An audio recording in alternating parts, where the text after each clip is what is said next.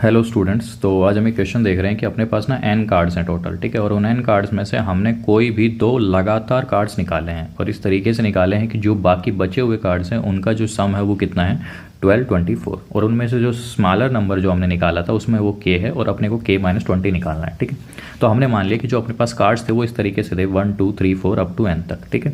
और जो remaining card जो बच गए थे निकालने के बाद उनका जो सम था वो 1 2 2 4 था, ठीक है। तो हम केस लेके चलते हैं कि एक तो हम दो कार्ड अगर हमने कोई भी निकाले हैं तो मिनिमम सम कितना हो सकता है। देखो मिनिमम सम तो तभी होगा ना जबकि हम जो मैक्सिमम वाले जो कार्ड हैं जिनका नंबर मैक्सिमम लिखा हुआ है वो वाले कार्ड हम निकाल लें, तो जो सम हो जाएगा सबका वो कितना हो जाएगा, मिनिमम हो जाएगा। तो मैंने इस केस में लिया कि मैंने n-1 और n हटा दिए हैं, तो ये अपना आ गया मिनिमम सम, ठीक है।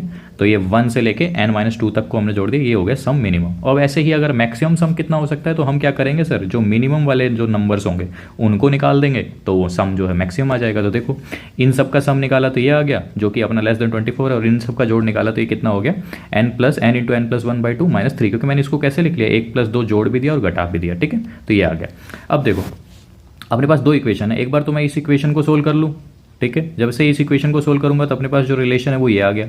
एक बार मैं ये RHS वाला पार्ट ले लूँ कि n×n+1/2 -3 जो है ये ग्रेटर देन होगा 1224 से, तो अपनी इक्वेशन जो है ये आ गई, ठीक है। अब इन दोनों इक्वेशन को सोल्व करना है। तो देखो ये है अपनी, सबसे पहले तो इसके रूट्स निकाल लेते हैं। तो इसके रूट्स मैंने अप्रोक्सीमेट वैल्यू की बात कर रहे होंगे हम यहाँ पे, ठीक है। तो जैसे अप्रोक्सीमेट वैल्यू की बात करी तो यहाँ से n जो है अपना वो इतना आ रहा होगा कुछ 50.97 और ये आ रहा होगा, ठीक है। n पॉजिटिव है तो अगर मैं और ऐसे ही सेकंड वाली इक्वेशन के रूट्स निकालने का ट्राई किया तो वो आ रहा है -50.04 और ये आ रहा है, ठीक है।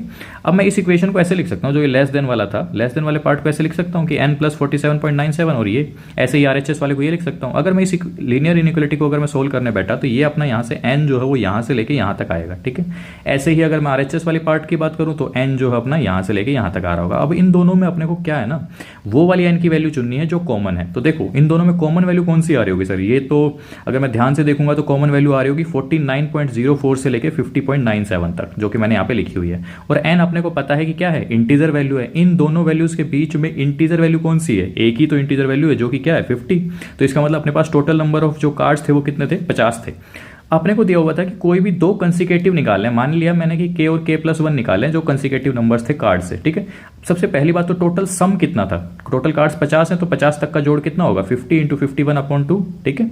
माइनस में जो कार्ड्स निकाले थे उनका जो जोड़ है वो कितना है ये, और जो रिमेनिंग कार्ड्स का जो सम था वो कितना था ये। तो यहाँ पे मैंने k की वैल्यू निकाल ली, k की वैल्यू कितनी आ गई 25। तो अपना जो मिनिमम वाला जो अपने को जो कार्ड्स निकाले थे वो कौन कौन से थे, k और k+1, तो 25 और 26, और जो स्मॉलेस्ट वैल्यू है वो कितनी है 25। तो ये 25 अपना